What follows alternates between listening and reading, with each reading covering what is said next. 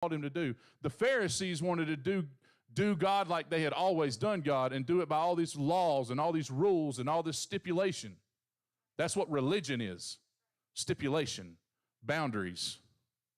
Jesus is not about boundaries. If you're basing your religion based off of boundaries and rules and things that you think you can and cannot do, you're wrong. You're wrong. I'm saying it right here today. If you're basing your religion off of what you think you can and cannot do, and there's a list of rules I can do and a list of rules I can't do, you are wrong. And the preacher that told you that is wrong. Base your salvation off the fact that Jesus Christ thought that you were worthy enough to step out of heaven and come down to earth and say, God, I'm going to die for those people. They're that special in year 2023. They're that special that I'm going to go die for them, and I want a relationship with them. That's how special Jesus thought that you are. He was willing to die for you. He's willing to go and sacrifice everything. That's not a list of rules to me, y'all. That's love. That's love. I want to love like that.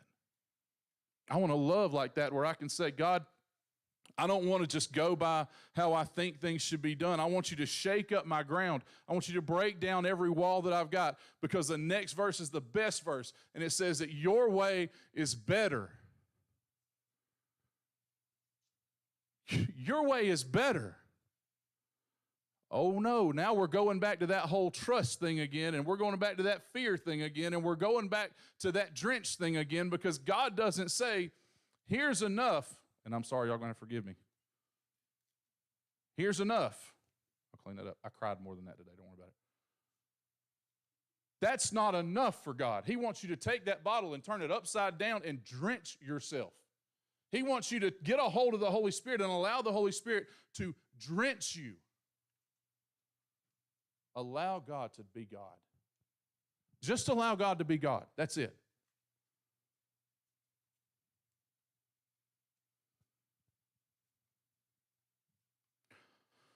Almost every time after I sing this song and praise and worship with this song, and it's usually multiple times a day, I've had the Holy Spirit ask me this question, and it's been just about every time since youth camp. Do you really want that? Do you really want that?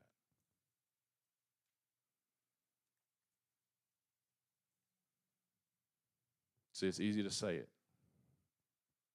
It's easy to say. You know, it's like the whole God, let your will be done in my life.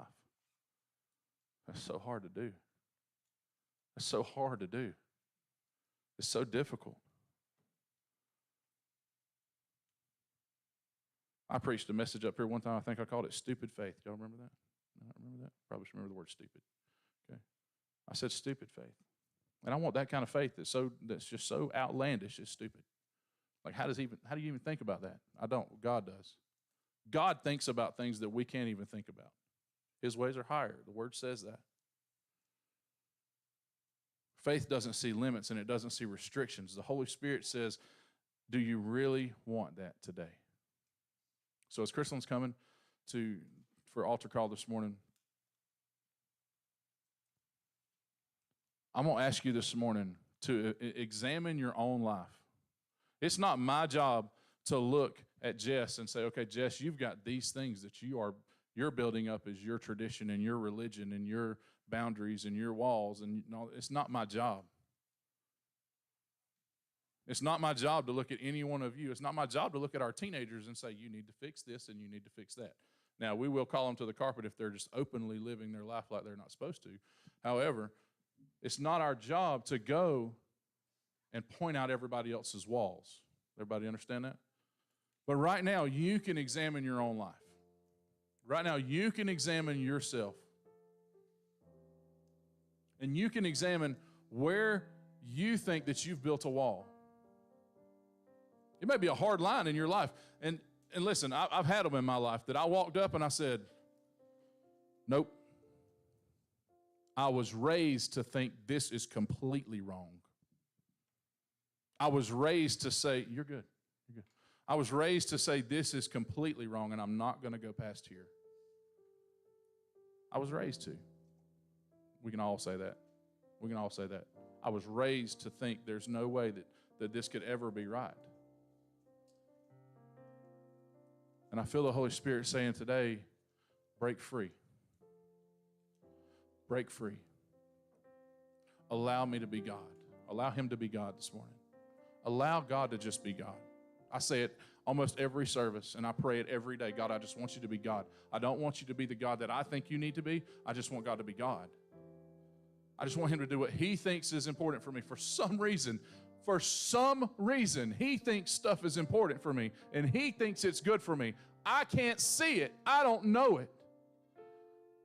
But he thinks it is. So this morning, I'm going to ask you, if you will, stand across the building. Please don't run back to your original seats yet.